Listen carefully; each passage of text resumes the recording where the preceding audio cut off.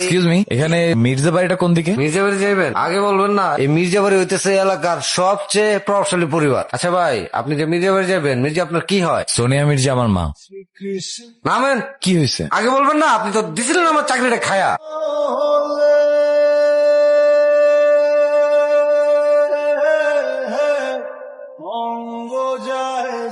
কে তুমি বাবা? মা, তুমি তোমার ছেলেকে চিনতে পারছো না? অর্ক? হ্যাঁ মা, আমি তোমার সেই পাপিষ্ঠ সন্তান, যার কারণে তুমি বারবার অপমানিত হয়েছো, লাঞ্ছিত হয়েছো।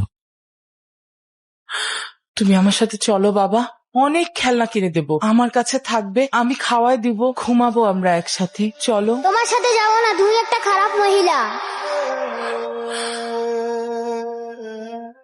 এত বছর পর আসলে। মা, তোমার এই হতভাগা ছেলে তোমার পায়ের নিচে একটু ঠাঁই পাওয়ার জন্য ছুটে চলে আসছে। তুমি আমাকে ফিরিয়ে দিও না মা।